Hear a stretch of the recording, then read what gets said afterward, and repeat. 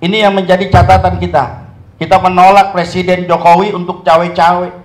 Masih banyak pekerjaan yang lainnya. Jadilah negarawan, jadilah bapak bangsa, ya, dengan mengatakan saya netral, saya ada di semua posisi, saya ada di semua partai untuk bisa mengayomi daripada bangsa dan negara ini. Jadilah seorang negarawan. Ya, kalau cawe-cawe begini kan jadi pertanyaan, jangan-jangan.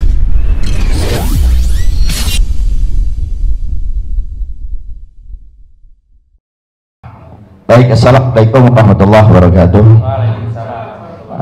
Alhamdulillah, wassalatu wassalamu ala rasulillah wa ala alihi wa sahbihi wa mawala, la hawla wa la quwwata illa billah, amma ba'd.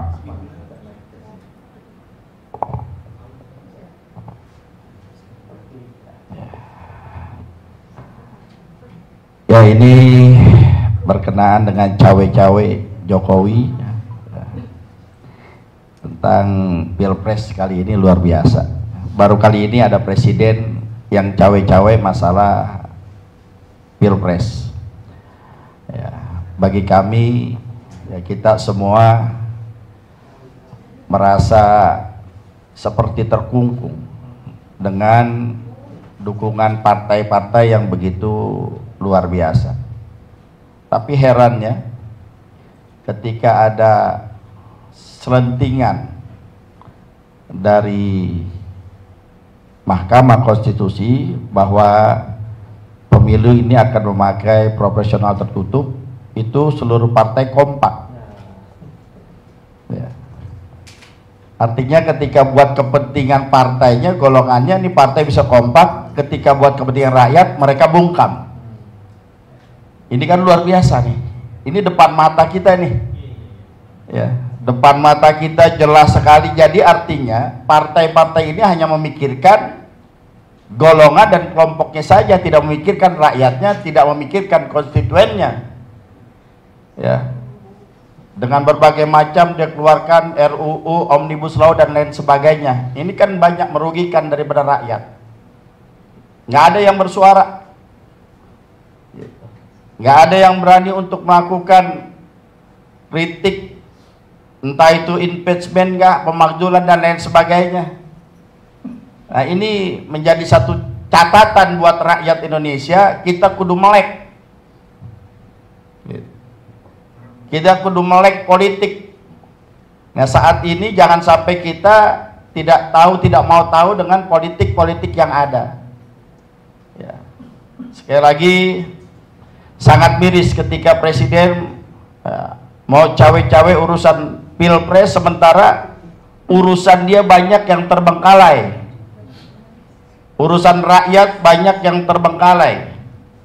Saya tergelitik dengan Rakernas yang belum lama, sehari dua hari lalu. Temanya sangat-sangat idealis.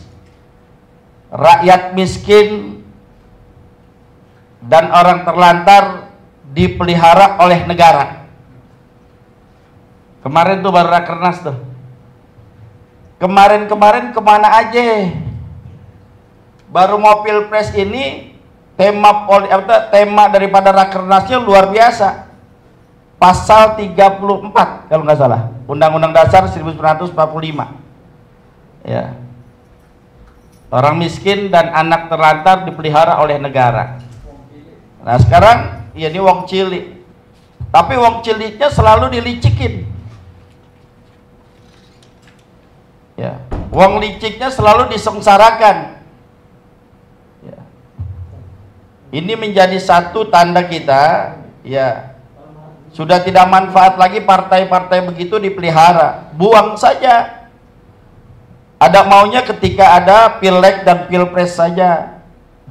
Dan ini bukan rahasia umum lagi. Tapi kebanyakan dari masyarakat kita masih senang. Ya, masih senang. Dikasih duit 50.000, 100.000. Dia gadaikan idealismenya. Ya. Maka dari itu di kesempatan yang berbahagia ini, saya mengajak, menghimbau kepada masyarakat, kepada rakyat, ayo kita cerdas dalam berpolitik. Ya. Kita harus memikirkan bangsa dan negara kita ke depan. Jangan memikirkan hal pribadi. Ya. Siapapun nanti yang menjadi presiden, kita harus tahu visi misi ke depannya. Beranikah dia untuk melakukan perubahan-perubahan yang ada pada bangsa dan negara kita? Tadi sudah dikatakan oleh para pengamat-pengamat kita, terutama terakhir dari Pak Muhammad Ishak, ya, batu bara kita nomor 1, nikel kita nomor 1, utang kita pun nomor 1. Kan begitu? Ya, kemarin kita dengarlah dari saudara Misbahul. Ya, dia katakan utang kita ada 20.000 triliun lebih. Lah ini bayarnya bagaimana? Misbahul. Ya, boleh juga diundang tuh. Misbahun, jangan bakul. Bukan Misbahul, Misbahun. Ya, yang dulu PKS, sekarang udah Golkar lagi ya. Iya, dia katakan 20 triliun lebih. Nah, bisa kita kupas tuh dari mana saja. Artinya kekayaan bangsa negara kita ini luar biasa kayanya, dari Sabang sampai Merauke, ya, dengan kekayaan yang amat dahsyat, utangnya juga luar biasa banyaknya, dan sekarang sampai detik ini bangsa negara kita tidak pernah mendapatkan kesejahteraan yang merata, keadilan yang merata. Sebab kita sudah jauh daripada tuntunan Allah, walau anna ahlal qura amanu wattaqau la fatahna alaihim barakati minas sama'i wal ard walakin kadzabu fa'akhaznahum bima kanu yaksibun, kata Allah.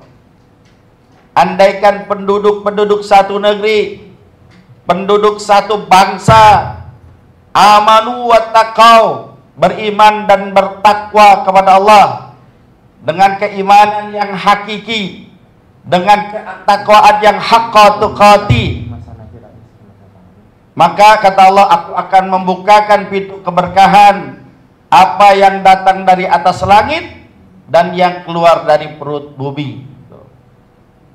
Iman dan takwa, iman, keimanan yang hakiki, hanya menggantungkan segala sesuatunya kepada Allah dengan ikhtiar kita. Nah, saat ini bangsa negara kita ini sepertinya sedang dikungkung oleh satu oligarki yang luar biasa, yang punya duitnya banyak.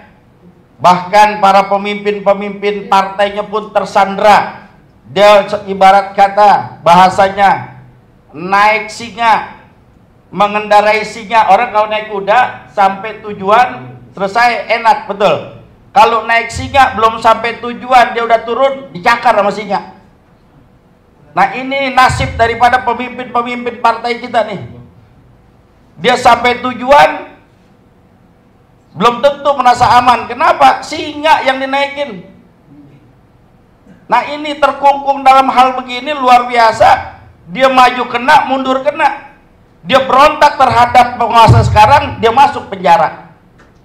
Siapa yang tidak tahu bahwa partai-partai pimpinannya, pimpinan-pimpinan partai terkungkung dengan sandra mereka sendiri, dengan kelakuan mereka sendiri.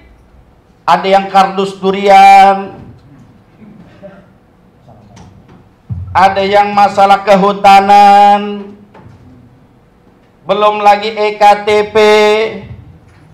Ini kalau dibuka semuanya ini luar biasa. Tersandra dengan kasus, dia mau berontak, dia nggak berani, mau nggak mau dia ikut juga dah.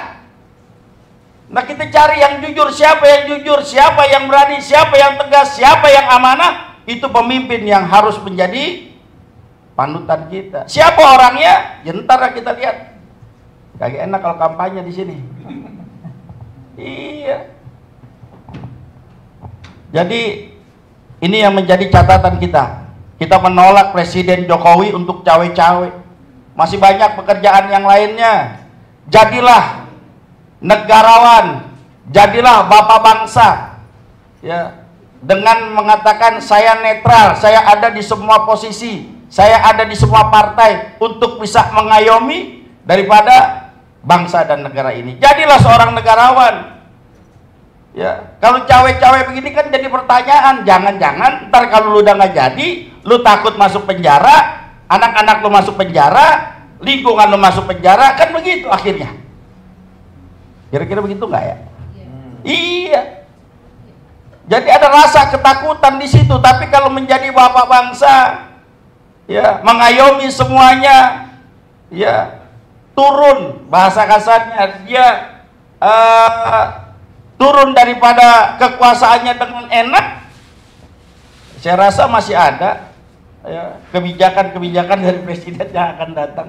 Tapi kalau dia terus ngotot begini, yang pada akhirnya nanti tidak baik buat untuk semuanya. Sekali lagi, tidak lain dan tidak bukan, rapatkan barisan, kuatkan ukhuwah kepada seluruh lapisan umat Islam yang ada di Indonesia. Bukan saja umat Islam, tapi yang cinta negaranya, cinta republiknya. Dan kita harus cari pemimpin yang benar-benar jujur, pemimpin yang adil, pemimpin yang amanah, pemimpin yang istiqomah, dan satu lagi, pemimpin yang sayang kepada rakyatnya sendiri, bukan sayang kepada rakyat bangsa lain.